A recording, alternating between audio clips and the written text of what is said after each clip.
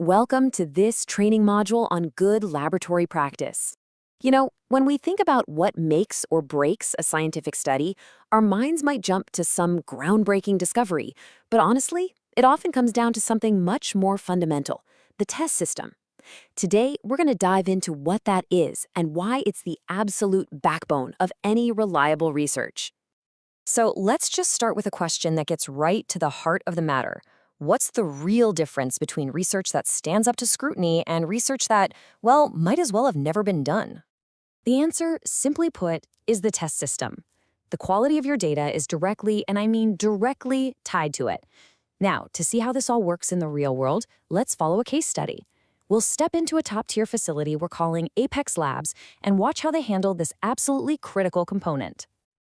Okay, let's get into it. Before the team at Apex Labs can even think about kicking off their study, they have to be crystal clear on what their test system is and everything that entails. So, the official OECD GLP definition is, you'll notice, pretty broad, and that's on purpose. A test system isn't just an animal or a plant. It could be an analytical instrument, a specific chemical reaction, or even a set of cell cultures. Basically, it's whatever you're applying the test item to in order to see what happens. So really, we can break this down into two main categories. You've got your physical or chemical systems, think lab equipment.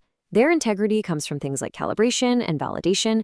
But then you have biological systems. We're talking living things. For our story with Apex Labs, we're going to focus on the unique challenges of working with these complex biological systems. All right, let's get back to our case study at Apex Labs. Picture this. A brand new shipment of biological test systems has just arrived for a really important study. This is their first big test. It's where their GLP process truly begins. Now, the team at Apex doesn't just, bring the new systems into the main facility. No way. They follow a super strict 4-step protocol. Every single step, from that initial isolation all the way to the final documentation, is designed to make absolutely sure that only healthy, stable test systems ever enter the study. It's all about protecting the integrity of the data from the very beginning. But hey, this is the real world, right? Things don't always go perfectly. During that acclimatization period, a technician notices one of the test systems just seems off, a little lethargic. So what do? Just ignore it and hope for the best? Absolutely not. Apex Labs, of course, has a protocol for this exact situation.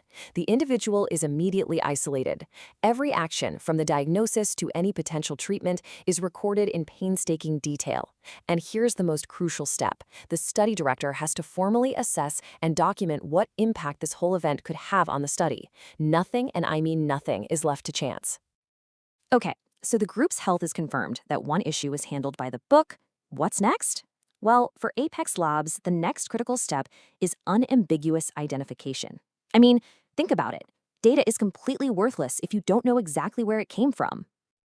It sounds simple, but it's so important. Without a flawless identification system, you could easily end up with a total mess of data. Can you imagine attributing a key result to the wrong control group? That's why getting the identification right isn't just a good idea, it's an absolute requirement. Identification really starts at the group level. For our team at Apex Labs, this means every single housing unit or container gets a clear, secure label with all the necessary info. They're smart about it, too. They even use color coding. It's an extra visual layer that really helps minimize the risk of simple human error. And what about for an individual animal that might be removed from its container? Well, that's when individual identification becomes mandatory. The method they use has to be totally unique and tough enough to last for the entire study. We're talking things like ear tags, tattoos, or microchips. This gives them complete traceability from day one right up to the final report. So let's recap. We've got healthy test systems, they're all properly identified. But what about the world around them? At Apex Labs, they know that even invisible threats lurking in the environment can completely throw off their results. So let's see how they deal with that. You have to remember, everything that comes into contact with the test system is a potential variable. That's why Apex has such strict procedures for sanitization. The feed, the water, the bedding, all of it has to be certified free of any contaminants that could mess with the study. Even something as simple as using pest control has to be fully documented. Now, this is really interesting because this principle extends way beyond the four walls of the lab.